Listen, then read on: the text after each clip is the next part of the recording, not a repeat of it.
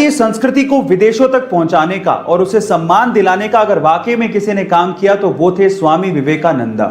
एक बार किसी अंग्रेज ने स्वामी विवेकानंद जी से पूछा कि आपके देश की महिलाएं हाथ क्यों नहीं मिलाती।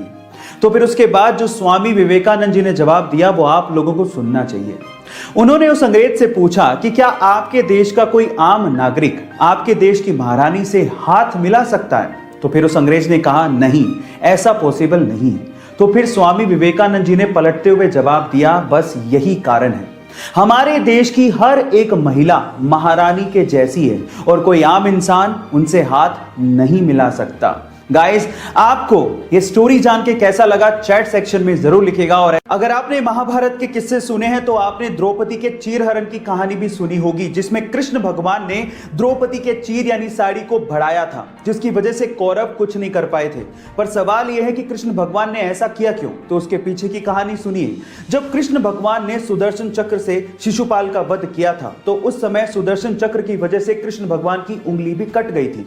तब द्रौपदी ने अपनी साड़ी का पल्लू फाड़ के कृष्ण भगवान की उंगली पे बांधा था। तब कृष्ण भगवान ने द्रौपदी से वादा किया था कि हे द्रौपदी, तुम्हारे एक एक सूत का कर्ज हम चुकाएंगे। और इसी वजह से चीरहरण के समय कृष्ण भगवान ने साड़ी को बढ़ाते चले गए। गाइस, पुरानी कथाओं को सुनने का अपना अलग ही मजा है। आपको ये सुन के कैसा लगा चैट सेक्शन में जरूर लिखिए। एंशिएंट टाइम में यानी पुराने जमाने में हमारे इंटेलेक्चुअल्स को लगता था कि मैथ्स में एक ऐसा कोई सिंबल होना चाहिए विच रिप्रेजेंट्स नथिंग, यानी नथिंग को रिप्रेजेंट करने के लिए भी तो कोई सिंबल होना चाहिए। सो इसी को ध्यान में रखते हुए 5th सेंचुरी में एक इंडियन मैथमेटिशियन आर्यभट्ट ने जीरो को इन्वेंट किया। And let me tell you guys, zero का जो सिंबल दिया गया था वो हमारे पुराने मंदिरों, स्पेशली ग्वालियर के मंदिरों के दीवारों पे खुदा हुआ आप लोगों को दिख सकता है। सो गाइस, अगर आप ये सोचते हैं कि जीरो की इन्वेंशन कोई बड़ी इन्वेंशन नहीं है तो मैं आपको आपकी जानकारी के लिए बता देता हूं, अगर जीरो इन्वेंट नहीं हुआ होता ना तो बाइनरी लैंग्वेज नहीं आती, और बाइनरी लैंग्वेज नहीं आती तो एक कंप्यूटर लैपटॉप कुछ नहीं होते। जब शून्य ना देता भारत तो चांद पे जाना भी मुश्किल था। क्या आपको पहले से बात पता थी? और नहीं पता थी तो चैट सेक्शन में लिखना मत भूलिएगा। जब 13 अप्रैल 1919 को जलियांवाला बाग में जनरल डायर ने सैकड़ों निहत्तों पर गोलियां चलवा दी तो इस बाग से 40 किलोमीटर दूर एक गांव से 11 साल का बच्चा जलियांवाला बाग की तरफ पैदल निकल पड़ा और बाग में खून से सनी हुई मिट्टी को अपने हाथ में लेकर अंग्रेजों से आजादी के सपने देखने लगा। ये मिट्टी लेकर जब वो घर पहुंचा तो उसने पिताजी को कहा कि पिताजी आप कहां जा रहे हैं। तो पिताजी ने जवाब दिया कि मैं आम की गुठलियां बोऊंगा जिससे पेड़ लगेगा और बहुत सारे आम मिलेंगे। तो जानते हो उस बच्चे ने क्या कहा? उस 11 साल के बच्चे ने कहा कि मैं भी इस खेत में बंदूक बोना चाहता हूं जिससे मुझे बहुत सारी बंदूकें मिले और मैं अपने देश को आजादी दिला सकूं। इस क्रांतिकारी विचार को रखने वाले का नाम है शहीद भगत सिंह, जो हमारे लिए, इस देश के लिए हंसते हंसते ये कहकर फांसी पर चढ़ गए, सरफरोशी की तमन्ना अब हमारे दिल में है, देखना है जोर कितना बाजुए कातिल में है, बाजुए कातिल में है। कोंढाणा के किले को मुगलों के चंगुल से जीतने की जिम्मेदारी छत्रपति शिवाजी महाराज ने अपने बचपन के दोस्त और सूबेदार तानाजी को दी।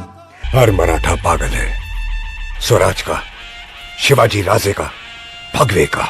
जब तानाजी का सामना पहली बार मुगल सेनापति उदयभान से हुआ तो घमंड में चूर उदयभान ने तानाजी को यह तक कह डाला कि मैं भगवा का नामो निशान मिटा दूंगा। तब तानाजी ने जवाब दिया कि जिस रंग को आसमान दिन में 2 बार ओढ़ता हो उसे तू क्या मिटाएगा। अपनी चतुराई और अपने पराक्रम का परिचय देते हुए तानाजी और उनकी छोटी सी सेना ने मुगलों के चंगुल से कोंढाणा जिले को जीत तो लिया, लेकिन तानाजी वीर गति को प्राप्त हो गए। तब छत्रपति शिवाजी महाराज ने कहा था, गढ़ आला पर सिंह बोला। एक बार द्रोणाचार्य अपने 5 पांडव शिष्यों के साथ जंगल से जा रहे थे। उनके साथ एक कुत्ता भी था। अचानक से वो कुत्ता धनुर्विद्या का अभ्यास कर एक व्यक्ति को देख के तेज तेज भौंकने लगा, जिससे उस व्यक्ति को विघ्न होने लगा। अब उस व्यक्ति ने धनुष बाण उठाया और उस कुत्ते पर इस तरह से वार किया कि उस कुत्ते का पूरा मुंह तीरों से भर गया, लेकिन उसे घाव तक नहीं आया। अब ये चीज देखकर द्रोणाचार्य हैरान रह गए और उस व्यक्ति से पूछा कि तुमने धनुर्विद्या सीखी कहां से? तो उस व्यक्ति ने जवाब दिया कि आप ही की प्रतिमा को गुरु मानकर मैंने सारी की सारी धनुर्विद्या सीखी है। अब क्योंकि द्रोणाचार्य अर्जुन को वचन दे चुके थे कि इस पूरे विश्व में उससे बढ़िया धनुर्धारी कोई भी नहीं होगा, इसलिए गुरु दक्षिणा में उस व्यक्ति से द्रोणाचार्य ने दाएं हाथ का अंगूठा मांग लिया और उस व्यक्ति ने हंसते हंसते अपने दाएं हाथ का अंगूठा द्रोणाचार्य के चरणों में समर्पित कर दिया। जानते हैं उस शिष्य का नाम क्या था? उस शिष्य का नाम था एकलव्य।